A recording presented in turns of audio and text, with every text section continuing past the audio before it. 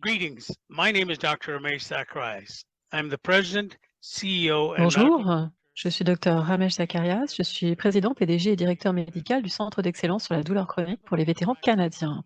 J'ai un cabinet au Hamilton Health Sciences. Environ 60% des patients que je traite sont des vétérans et la plupart d'entre eux non seulement souffrent de douleurs chroniques, mais également de problèmes de santé mentale. Nous sommes ravis de voir que vous vous êtes inscrits pour notre session d'éducation d'aujourd'hui sur la douleur chronique et la santé mentale, les deux faces d'une même médaille. Je voudrais remercier nos deux présentateurs aujourd'hui, Daphne McPhee et Dr. Don Richardson, qui est psychiatre, et le modérateur également, Luc Hébert, qui est vétéran de 28 ans et qui est membre du CPCOET. L'événement est co-sponsorisé par le CPCOE et l'Institut Atlas. Et je vais à présent demander à Fardous Hosseini, qui est PDG de l'Institut Atlas, de nous faire part de ses mots de bienvenue. Merci Ramesh, c'est tout un art d'introduire ces événements. À l'Institut Atlas pour les vétérans et leurs familles, nous nous centrons sur la santé mentale des vétérans et de leurs familles.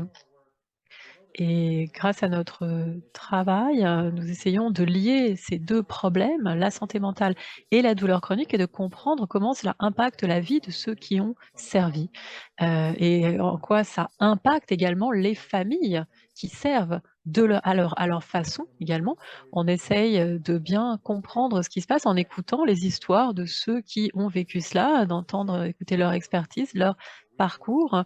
C'est ce qui façonne nos recherches, notre expertise et toutes les facettes de notre travail.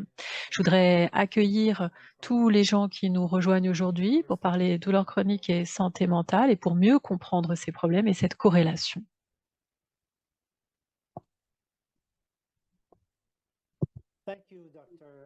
Merci, Dr. Zacharias et Fardous, pour ces mots de bienvenue au nom du Centre d'excellence sur la douleur chronique pour les vétérans canadiens et de l'Institut Atlas pour les vétérans et leurs familles.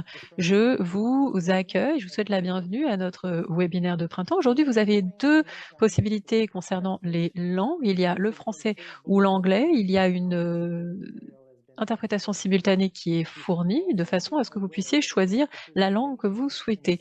Sachez également que les présentations et les diapositives sont vues de préférence, doivent être vues de préférence en mode plein écran. Et on prendra les questions après la présentation. Alors une fois encore, je suis ravie de présenter ce webinaire. Le Centre d'excellence sur la douleur chronique mène des recherches qui ont déjà fourni une aide à nos vétérans qui souffrent de douleurs chroniques, à leurs familles et aux praticiens de santé qui s'occupent d'eux. L'Institut Atlas pour les vétérans et leurs familles se centre sur la recherche, la mobilisation des connaissances et la mise en œuvre des meilleures pratiques pour la santé mentale des vétérans et de leurs familles. Donc je suis ravie de présenter ce webinaire aujourd'hui qui s'intitule Douleurs chroniques et santé mentale, les deux faces d'une même médaille. Notre première oratrice aujourd'hui, c'est le sergent de la Gendarmerie royale du Canada en retraite, Daphne McPhee. Daphne a rejoint la Gendarmerie royale du Canada à Victoria, en Colombie-Britannique, en 1986 à l'âge de 23 ans.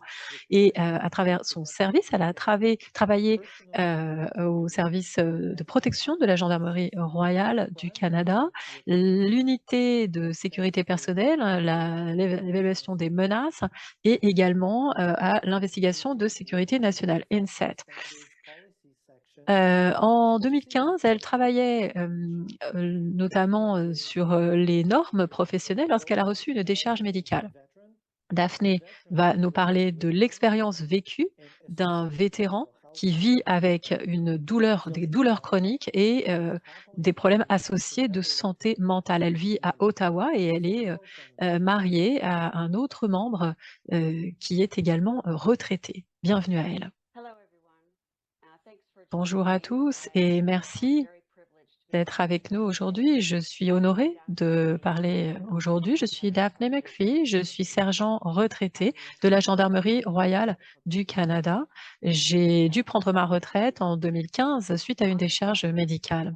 Je souffre de ce que l'on appelle le syndrome de Ramsay-Hunt suite à un sauna. Alors en quelques mots, je suis sûre à peu près à 98 que c'est le stress qui a causé mon sauna qui était dans mon oreille et cela, combiné avec, le syndrome du stress post-traumatique de mon mari, ça faisait beaucoup de choses à gérer. Je faisais presque tout, à la maison à l'époque. On a 4 enfants, le plus âgé a des besoins bien particuliers à prendre en compte et en 2012, j'ai attrapé cette horrible, maladie. Alors au début, c'était la paralysie de Bell.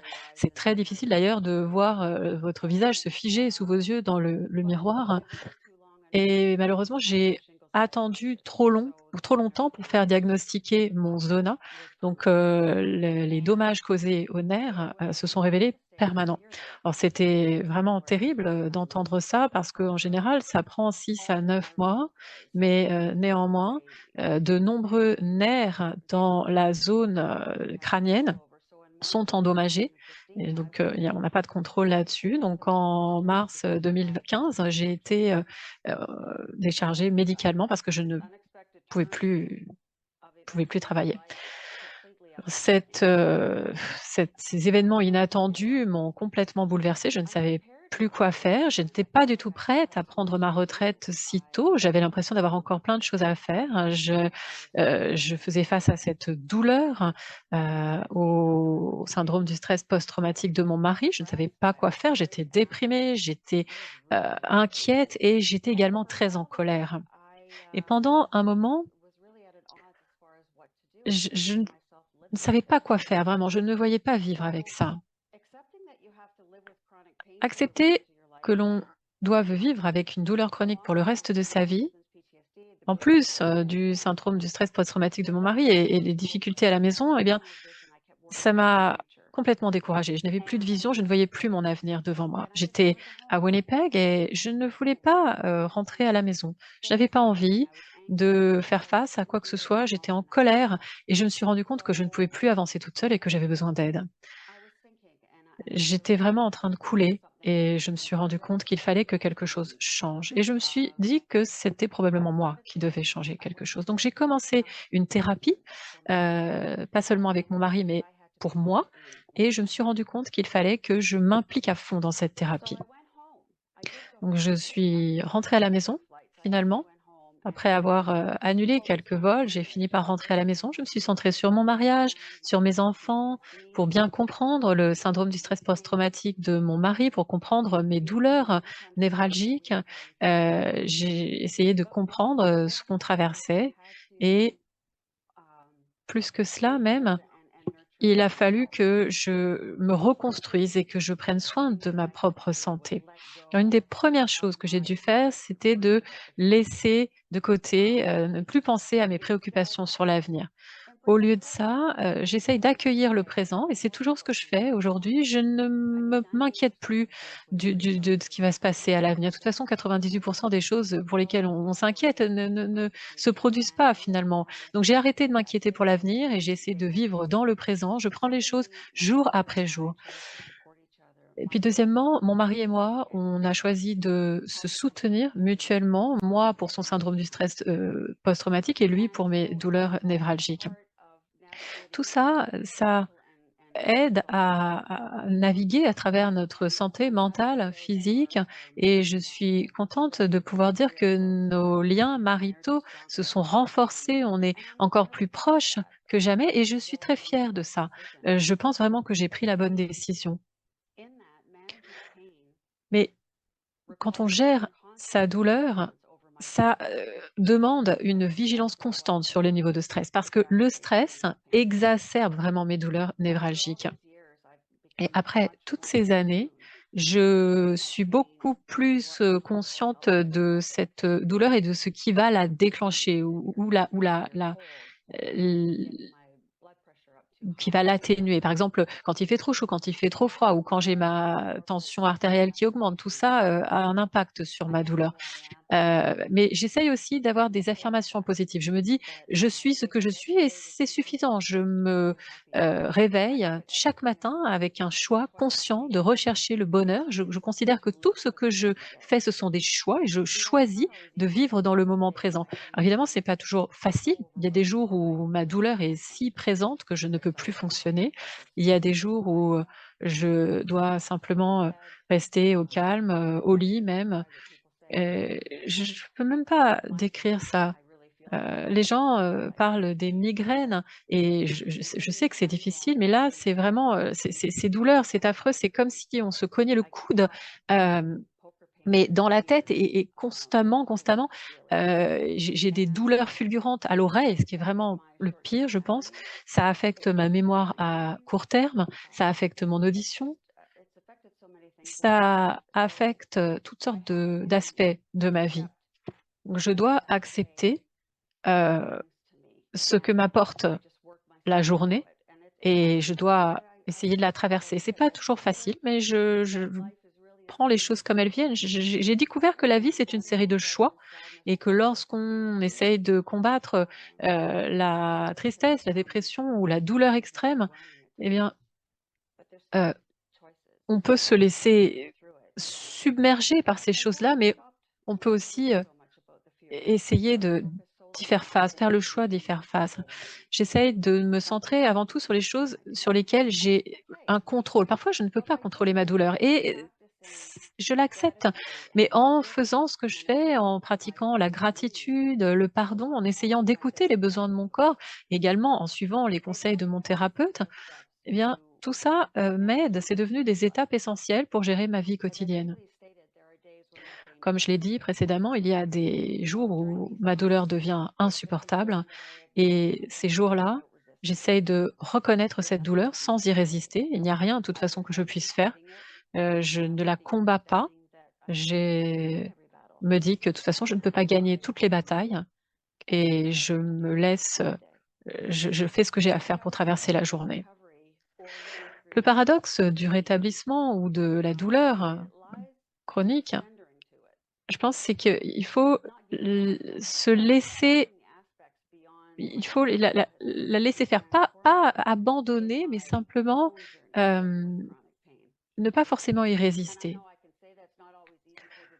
Alors je sais que c'est pas toujours facile, hein, pour tout le monde et c'est vrai que la douleur en plus est extrêmement personnelle, c'est tangible, mais en fait c'est même plutôt intangible par nature parce que c'est difficile pour les autres de comprendre cette douleur parce qu'ils ne la voient pas et ça, cette complexité, ça peut exacerber les problèmes de santé mentale parce que les gens ne comprennent pas où ils jugent et ça aussi, ça peut, augmenter les sentiments, d'anxiété, de colère, de stress, de dépression parce que pourquoi est-ce que les gens ne m'écoutent pas? Pourquoi est-ce qu'ils ne comprennent pas ce que je traverse, hein? C'est difficile.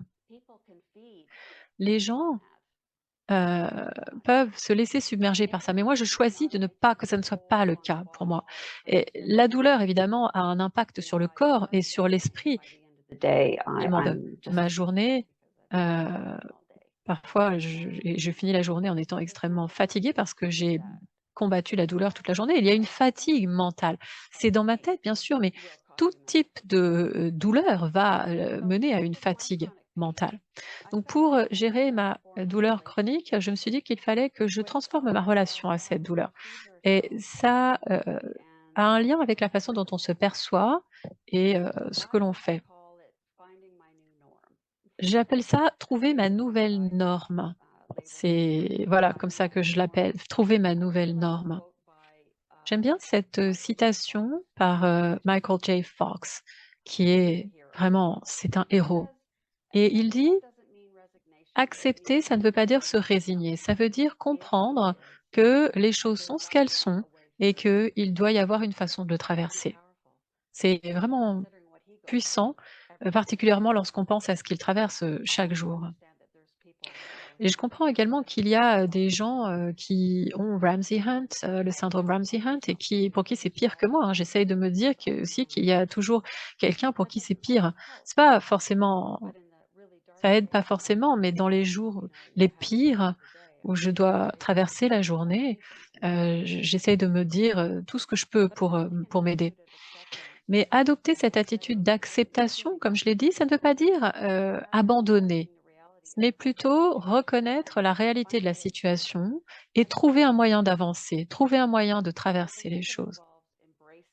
Je pense que ça, il faut accueillir cette douleur qui fait partie de notre parcours et l'intégrer autant qu'on peut dans notre vie. J'ai arrêté de me demander: «Pourquoi moi?» et je demande à l'univers: «Qu'est-ce que j'apprends de ça?»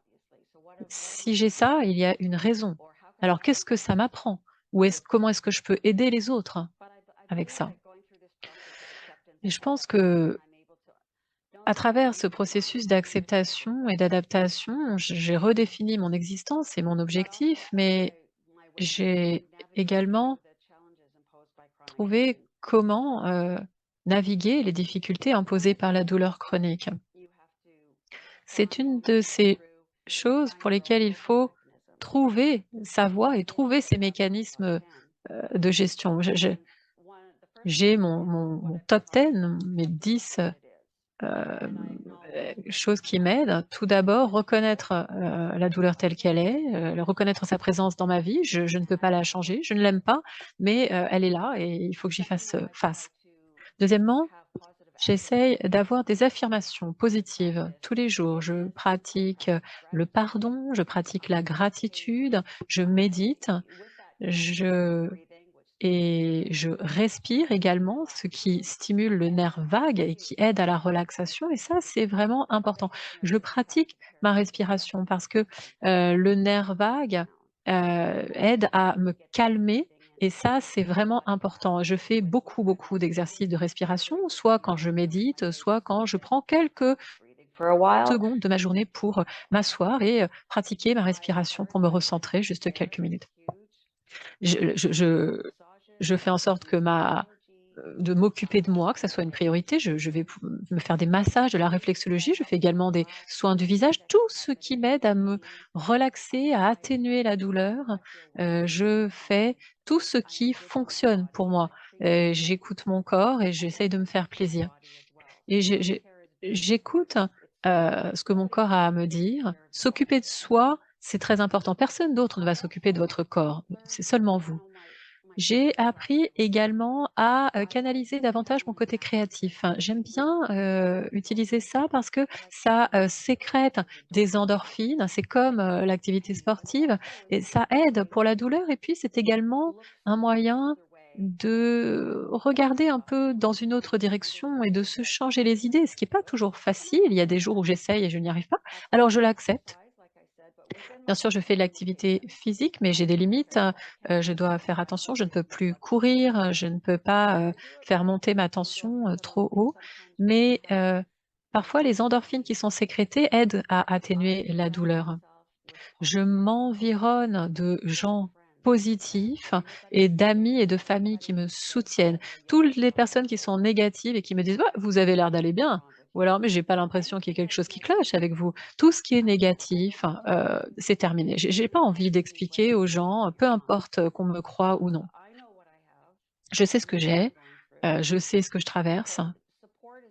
Donc le soutien, ça c'est essentiel. Donc je m'environne de gens positifs, d'amis, de membres de ma famille et je vais à mes sessions de thérapie. La thérapie, c'est très important. Ça m'aide, face à mes difficultés émotionnelles, ça me donne des conseils professionnels à la fois pour moi ou aussi pour aider mon mari et mes enfants avec, notamment son syndrome du stress post-traumatique ou pour les aider à mieux comprendre ce que moi je traverse. J'ai également, j'essaie de communiquer de façon très ouverte avec mon mari et mes enfants qui sont ma plus grande source de soutien. Comme je l'ai dit précédemment, j'accueille le moment présent, ça c'est vraiment important et j'ai, établi également des limites qui sont très claires et ça c'est essentiel. Donc je fais ça tous les jours et la plupart du temps, ça m'aide à, maintenir ma santé physique, ma santé mentale, à naviguer à travers ma douleur et ça, m'aide dans mon bien-être. Alors c'est ce qui fonctionne pour moi. Je pense que c'est important d'avancer, quels que soient, même si ce sont des petits pas, J'essaye de faire en sorte que ma douleur ne me définisse pas. Ça fait partie de mon parcours et de mon histoire, mais il y a pas besoin que ça ne devrait pas, obscurcir ma résilience, ma force et c'est la même chose pour tout le monde. Rappelez-vous, chaque, mouvement que vous faites implique un choix et je choisis de ne pas laisser ma douleur me submerger. Je choisis de ne pas la laisser imposer ses limites. Je choisis d'être heureuse. Et ça fait partie de mon parcours. J'espère que ça vous a été utile. Merci.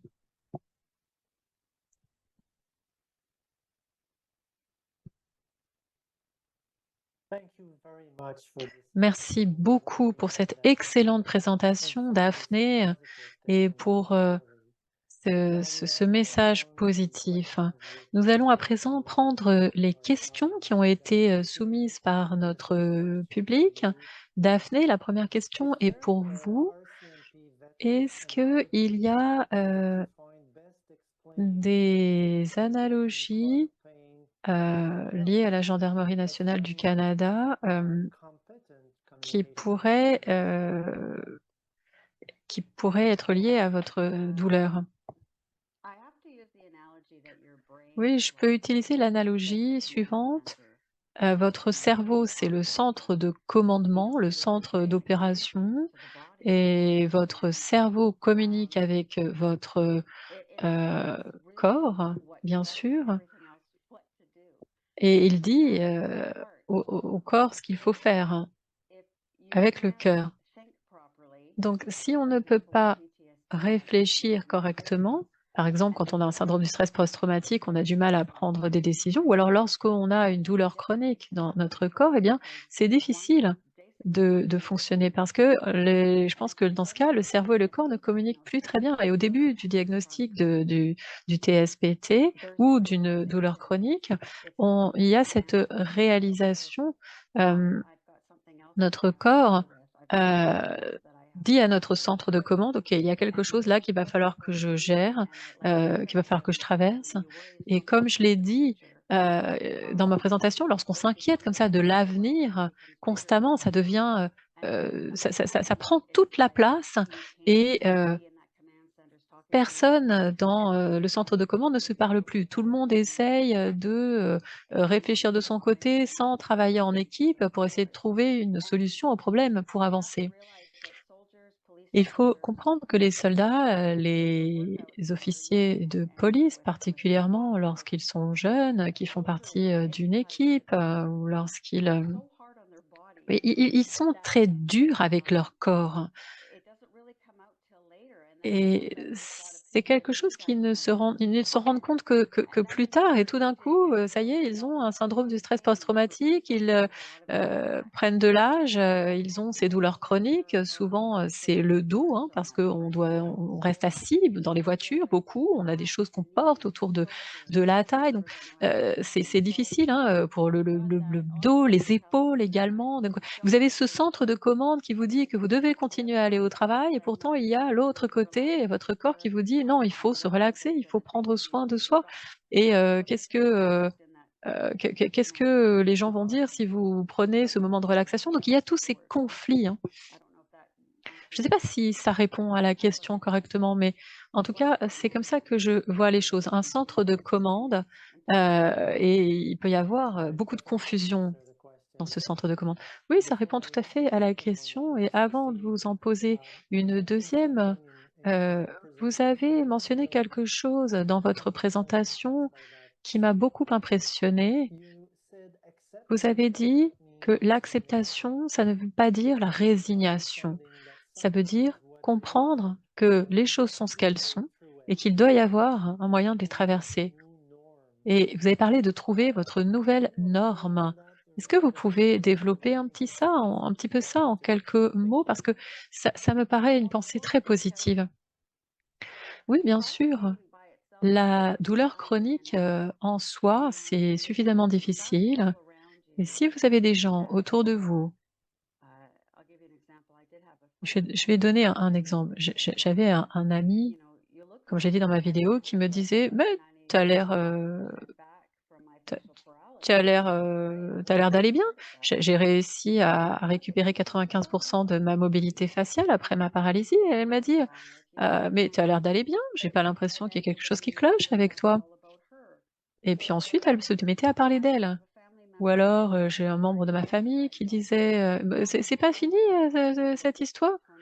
Alors que je leur ai dit que c'était un problème permanent. Donc ça, ce sont des gens, pour lesquels on peut dire: «Bon, écoutez, moi j'arrête, hein». J'ai pas envie de m'environner de gens comme ça parce que, tout ce qu'il y a dans leur tête, c'est, le doute et l'insécurité. Alors, ça veut dire qu'il faut poser des limites très claires, créer un système de soutien avec des gens qui vont vous soutenir et ne pas remettre en question ce que vous dites. Il faut, être votre propre, avocat, hein, parce qu'il faut comprendre, même vos médecins, les gens qui s'occupent de vous, il faut quelqu'un qui comprenne bien ce qui, vous arrive, hein, que ça soit un syndrome du stress post-traumatique ou, le syndrome de Ramsay-Hunt et poser des bonnes limites, c'est une façon d'y arriver. Comme je l'ai dit à la fin de ma vidéo, tout le monde doit trouver ce qui fonctionne, pour lui et pour elle, mais on ne peut pas de toute façon l'éviter, il faut y faire face, il faut l'accepter. Très bien, voilà, c'est ce que j'ai. Je ne peux rien y changer.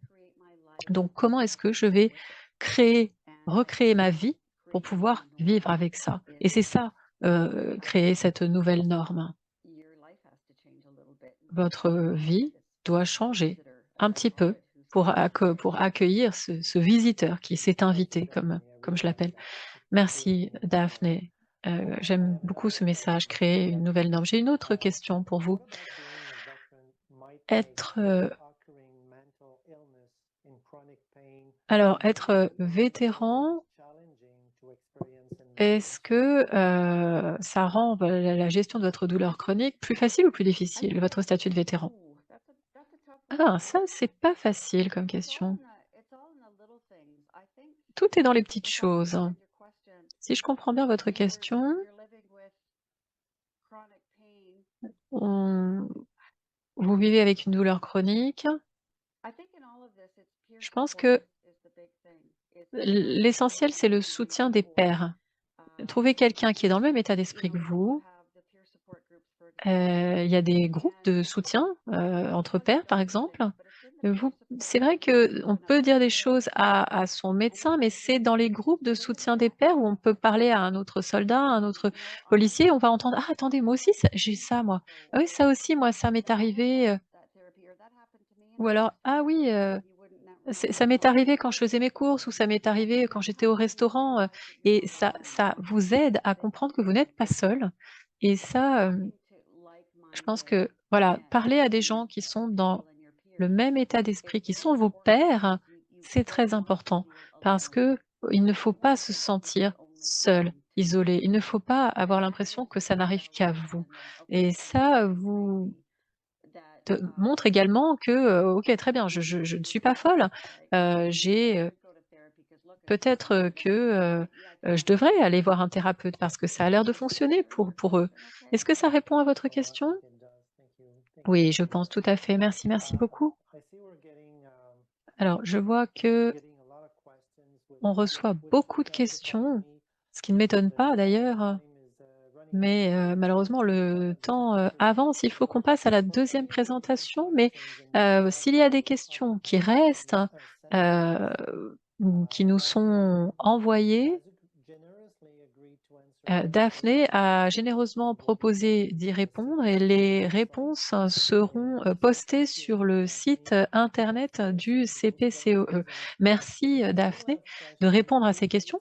Donc si vous avez des questions qui vous restent, vous pouvez les soumettre à info@bcp, heu, dbc.ca. L'orateur suivant, c'est le docteur, Richardson, qui est psychiatre, professeur au département de psychiatrie de Western University. Il est directeur médical, de la clinique, Operational Stress Injury de Saint Joseph's. Il est également directeur scientifique, du centre de recherche OSC McDonald Franklin au Packwood Institute. Il est également scientifique associé auprès de Lawson Health Research Institute Tana Schoolage Chair en neurosciences et santé mentale à la Western University et il est également membre de l'Institut canadien pour la santé des militaires et des vétérans.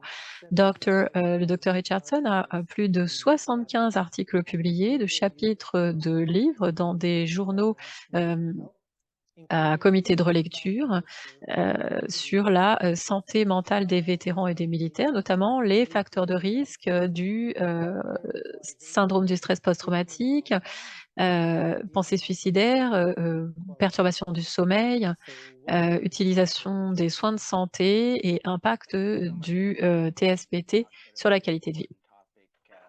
Bienvenue monsieur, Dr Richardson. Merci beaucoup de me donner la possibilité de vous parler de mon expérience clinique, de la santé mentale et de la douleur chronique, qui sont les 2 faces d'une même médaille. Alors l'objectif de cette présentation, c'est d'explorer les relations complexes entre la douleur chronique et la santé mentale dans notre population de vétérans et l'objectif, c'est de mieux comprendre afin d'améliorer les traitements et d'améliorer la qualité de vie des vétérans. Alors, lorsqu'on se penche sur la population des vétérans, il y a des considérations bien particulières à prendre en compte.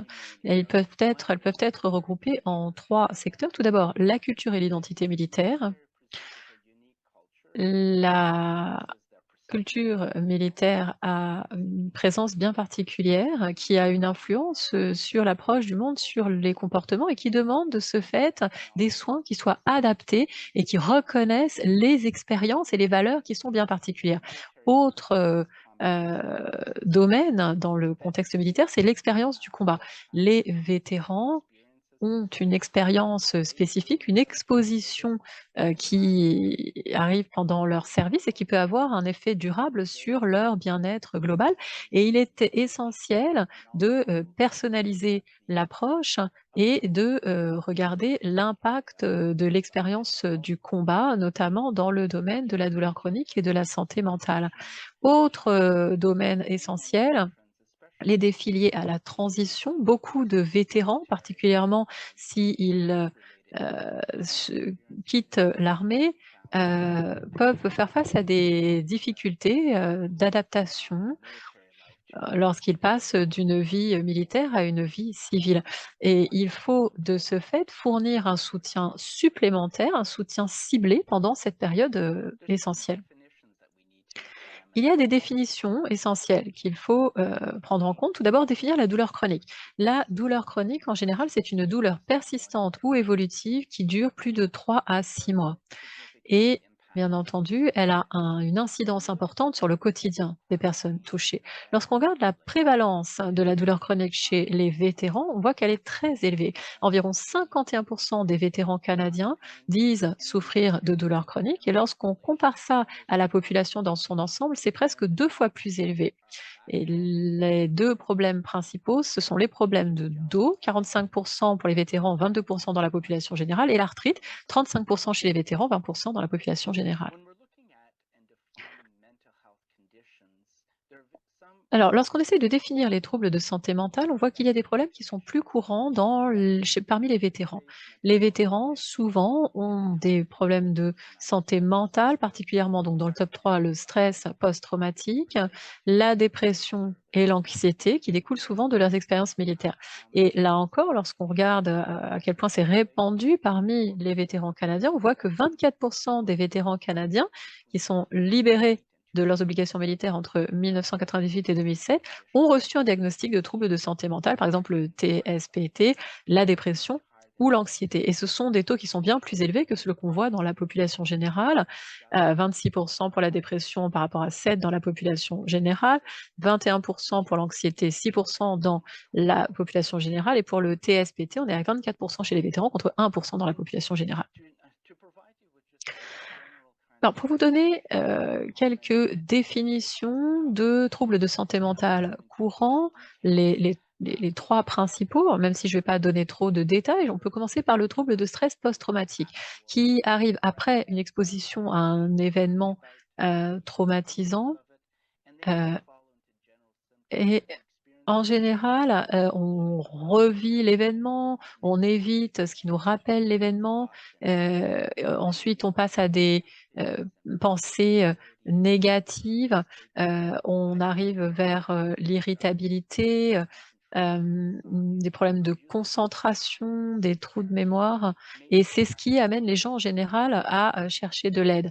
La dépression également, c'est très présent avec un sentiment persistant de tristesse, manque d'intérêt ou de plaisir dans les activités, la plupart des activités et ce, pendant plus de 2 semaines. Ce sont des symptômes émotionnels, mais il y a également des symptômes physiques ou cognitifs, par exemple, modification de l'appétit, du sommeil et ce qui est plus inquiétant encore, pensées de mort ou de suicide.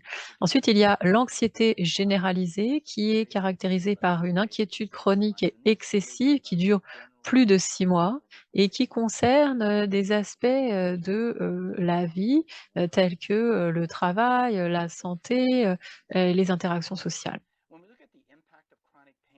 Lorsqu'on regarde l'incidence de la douleur chronique et du TSPT sur le bien-être, on voit qu'il y a une corrélation qui a un impact essentiel parce que ça va mener à un retrait de la vie sociale, moins de participation dans les activités, également une déficience fonctionnelle, moins de productivité et des difficultés dans la vie quotidienne. Et puis, ça peut avoir également un impact social et économique, lorsqu'on combine donc la douleur chronique et la santé mentale, plus de charges économiques, particulièrement lorsqu'on perd son emploi et puis, augmentation également, du besoin de soins de santé et des coûts, associés. Alors, c'est également très important de comprendre les comorbidités. Alors, qu'est-ce qu'on entend par là? Dans ce cas, ce sont des choses qui sont liées, ce sont des troubles médicaux qui, vont de pair. Par exemple, la douleur chronique et le TSPT partagent des voies neuronales. On sait que la santé mentale influence la façon dont la douleur est perçue et prise en charge. Les symptômes du TSPT, par exemple, incluent les flashbacks, les cauchemars, l'hypervigilance qui contribuent à la détresse générale et la douleur chronique peut accroître la détresse psychologique. Et cette, interconnexion peut, aggraver les symptômes et exacerber les symptômes, par exemple, du TSPT, les problèmes de santé mentale et parfois, l'événement qui a contribué à la douleur chronique est le même événement qui contribue à l'émergence du TSPT. On a donc des taux élevés de comorbidité qui sont observés chez les vétérans, ce qui a des répercussions sur leurs activités quotidiennes. Donc il est vraiment essentiel de bien comprendre ça, particulièrement lorsqu'on prend en compte les traitements, lorsqu'on examine les traitements. Alors ici, hein, on voit les, vétérans qui recherchent des soins et les vétérans de la population générale de vétérans. On voit les comorbidités.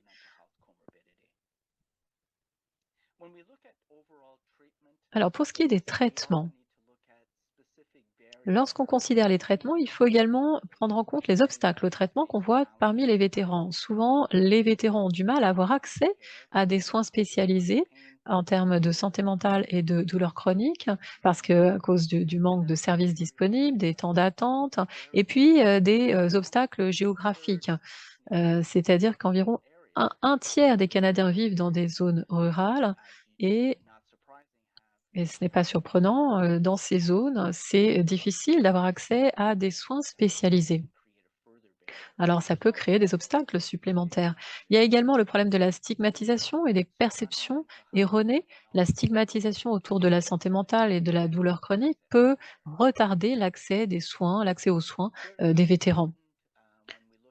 Très important lorsqu'on évalue, lorsqu'on dépiste, les problèmes. Alors je ne vais pas rentrer dans les détails, mais il y a des outils de dépistage qui peuvent être utilisés facilement, en salle d'attente ou bien ça peut être, une auto-évaluation lorsqu'on essaie de détecter un TSPT. Il y a la checklist, il y a un questionnaire également pour la dépression, le PHQ-9, donc le questionnaire sur la santé du patient, l'échelle de dépistage du trouble anxieux généralisé en 7 questions et puis le questionnaire concis de la douleur, pour la douleur chronique, le QCD. Heu, c'est souvent, il faut une évaluation pluridisciplinaire. Alors quels sont les principes de base du traitement? Ça, c'est quelque chose que je mentionne souvent aux patients lorsqu'ils viennent me voir. Il y a des choses qu'il faut faire au début, il y a des choses qu'il faut faire, à mi-parcours et puis, vers la fin. Donc tout d'abord la stabilisation, ensuite, se centrer sur la psychothérapie axée sur le traumatisme ou la douleur et puis ensuite réadaptation et réinsertion. La stabilisation, alors l'objectif principal, c'est d'améliorer le fonctionnement, des gens et dans la population des vétérans, il est important de créer de la confiance. Comme je l'ai dit précédemment, souvent, heu ils ont une blessure qui est liée au travail, ils peuvent avoir perdu confiance dans l'organisation et souvent l'objectif c'est de reconstruire une relation de confiance. Donc pendant la stabilisation, on peut, faire de la psychoéducation, par exemple dire que ce que vous avez ça a un nom et que, on a des traitements qui existent et qui sont efficaces pour pouvoir gérer votre trouble, que ça soit la douleur chronique ou bien, la dépression, l'anxiété ou le TSPT. On veut également apprendre leur enseigner des stratégies et des, stratégies de résolution des problèmes. Tout ça, ça sera, essentiel lorsqu'ils devront gérer leur traitement et ou faire une psychothérapie axée sur le traumatisme. Puis il faut également évaluer et traiter les comorbidités, heu, notamment lorsqu'il y a des symptômes qui sont liés à la douleur ou des pensées suicidaires, des troubles du sommeil, une extrême irritabilité, des symptômes psychotiques et faire donc une évaluation complète, pour gérer ça et notamment la douleur chronique. Pour ce qui est de la prise en charge pharmacologique, il y a donc les ISRS et les IRSN, qui sont en général utilisés, qui sont en fait des antidépresseurs, et qui permettent, d'aider, pour ce qui est de l'anxiété, de la dépression. Il y a, les médicaments, qui permettent de stabiliser l'humeur également et la prazosin pour traiter les cauchemars et les troubles du sommeil. Ces médicaments visent à réduire les symptômes et il y a beaucoup de médicaments qui sont, utilisés, heu, contre la douleur et qui peuvent, être utiles ici, acétaminophène, certains anticonvulsifs, les opioïdes, dans une certaine mesure. Et comme on l'a dit, on est sur les 2 faces d'une même médaille, donc parfois un médicament sera bon pour le TSPT et sera bon également pour la douleur chronique. Et il y a des preuves également qui montrent que, par exemple, les anticonvulsifs peuvent aider, à la fois la douleur chronique et le TSPT. Lorsqu'on se penche sur la psychothérapie, on voit qu'il y a des thérapies, particulières, qui peuvent être utilisées. La thérapie du processus cognitif et l'exposition prolongée qui aident à traiter les symptômes du TSPT. Ça peut aider les symptômes. Il y a également des thérapies ciblées pour la dépression et des psychothérapies qui ont été développées spécifiquement pour la, douleur chronique. Par exemple, la thérapie cognitivo-comportementale contre la douleur chronique. Alors bien sûr, l'exercice, le rythme de vie, l'entraînement à la relaxation, la restructuration cognitive et l'activation comportementale aident, ainsi que la thérapie d'acceptation et d'engagement. Le bénéfice Les bénéfices de cette psychothérapie peuvent être sentis à la fois sur les symptômes du TSPT, de l'anxiété ou de la dépression. Il y a des thérapies alternatives et émergentes également qui sont utilisées, qui sont au stade de la recherche. J'en ai listé quelques-unes, le SMTR, stimulation magnétique transcrânienne répétitive, qui est utilisée pour la dépression et dans certains cas pour le TSPT, et parfois, également qui a montré des bénéfices pour la douleur chronique. Il y a la kétamine, notamment la version S-kétamine, qui peut aider pour la douleur, et la dépression. Et qui a pu être utilisé pour les vétérans qui ont des problèmes de santé mentale et de douleurs chroniques. Puis il y a également le bloc du ganglion stellaire, qui montre des résultats prometteurs pour le TSPT, qui est au départ utilisé pour traiter la douleur chronique. Tout le travail de réadaptation et de réintégration intervient ensuite. Il ne faut pas c'est quelque chose qui se fait avec la famille, avec l'entourage, et il faut s'assurer également hem, que les patients développent un plan, et soient informés des risques et des symptômes de rechute. Bien sûr, le soutien des avoir un réseau de soutien, c'est essentiel, on en a parlé. Alors le message clé, c'est que, le TSPT et la douleur chronique sont complexes et coexistent souvent. Il y a donc il est important de se centrer sur la stabilisation, de traiter les comorbidités également. Et je vous laisse, ici avec, quelques ressources, qui sont disponibles à la fois en ligne pour les patients et les vétérans et pour les cliniciens également. Merci. Merci, docteur Richardson. C'était, une présentation tout à fait pertinente et éclairante, et qui apporte, de l'espoir quant à l'efficacité de certains traitements. On va passer à présent à notre, période de questions. C'est des questions qui ont été soumises par, le public. Voilà une première question pour vous, Dan. Je comprends que les 2 troubles, douleur et santé mentale, peuvent être un peu le scénario de l'œuf et de la poule. Est-ce que vous recommandez de traiter d'abord la douleur ou d'abord la santé mentale? Je pense que ça peut être une question qui peut s'appliquer aux vétérans. Oui, c'est une question tout à fait, pertinente, et la difficulté, c'est que parfois, en tant que clinicien, heu, parfois, ils ont déjà vu un spécialiste, de la douleur et qu'ils ont, reçu, des médicaments contre la douleur, ou alors ils sont allés voir un psychiatre qui se centre davantage sur, la santé mentale. Mais idéalement, il faudrait cibler les 2 en même temps, et particulièrement lorsqu'on écoute, la présentation de Daphné, on comprend qu'il faut s'assurer que le patient et le vétéran soient engagés dans les décisions et que les décisions soient partagées. Quelle est votre priorité?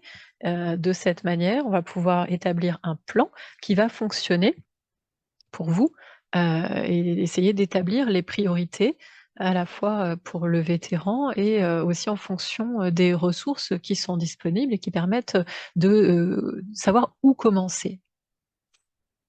Merci, Dan.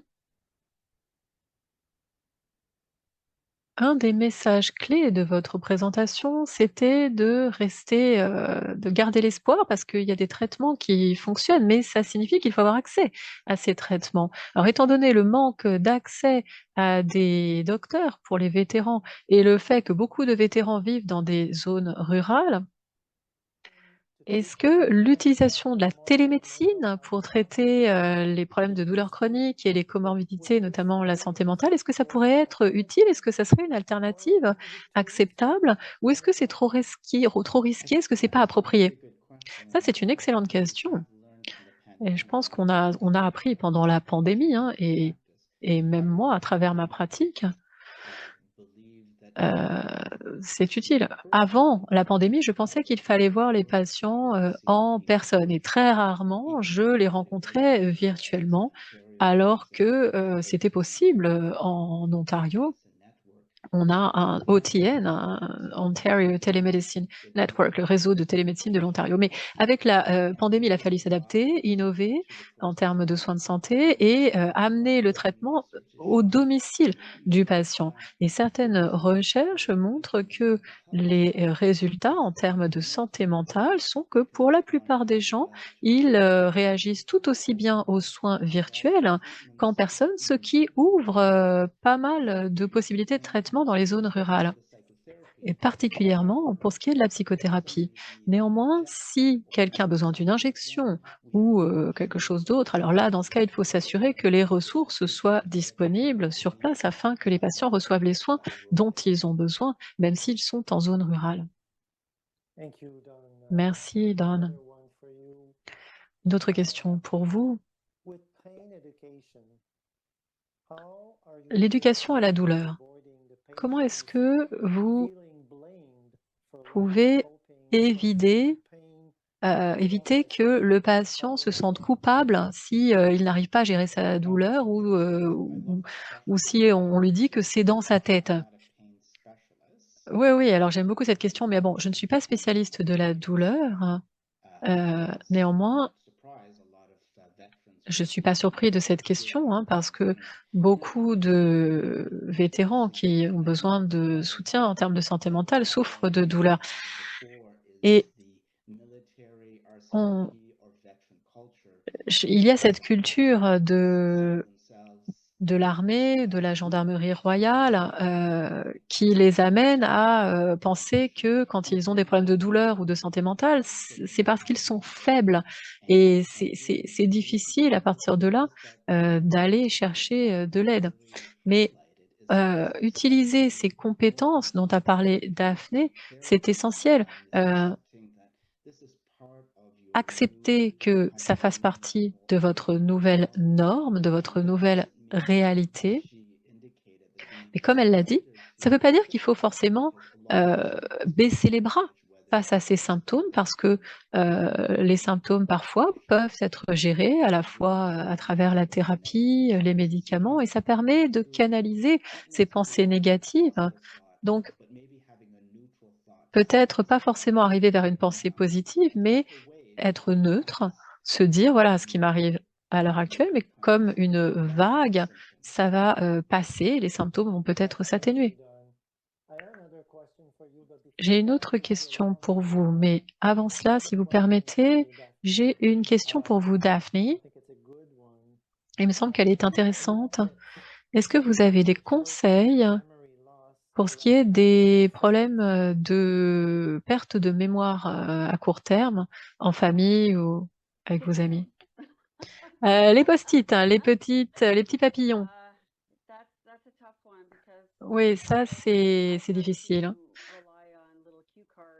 Je dois, faire appel à des petites notes, je mets des petites notes dans mon téléphone, et je suis, un petit peu de l'ancienne école. J'aime bien, écrire les choses à la main plutôt que électroniquement.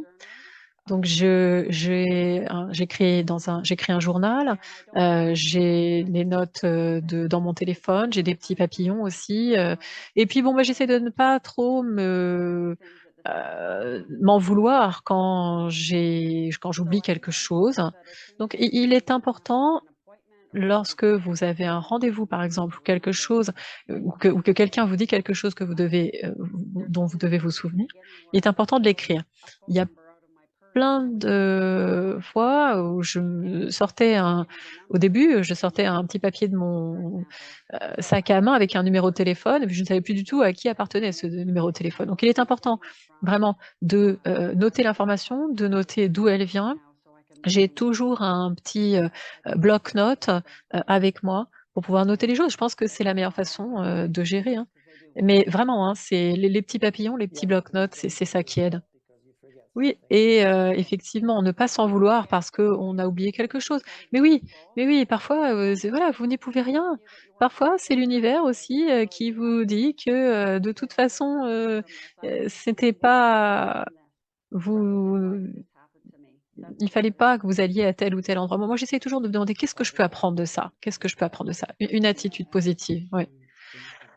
Est-ce que je peux ajouter quelque chose? Oui, bien sûr. Merci Daphne. C'est un bon rappel également pour moi-même, hein, qui suis clinicien et qui fournit un service, de de bien, adapter le niveau d'instruction qu'on donne à nos patients. Parce qu'ils n'ont peut-être pas un petit bloc-notes avec eux et faire en sorte que les choses soient très claires, hein. Ou se dire: «Bon, je vous enverrai ça plus tard».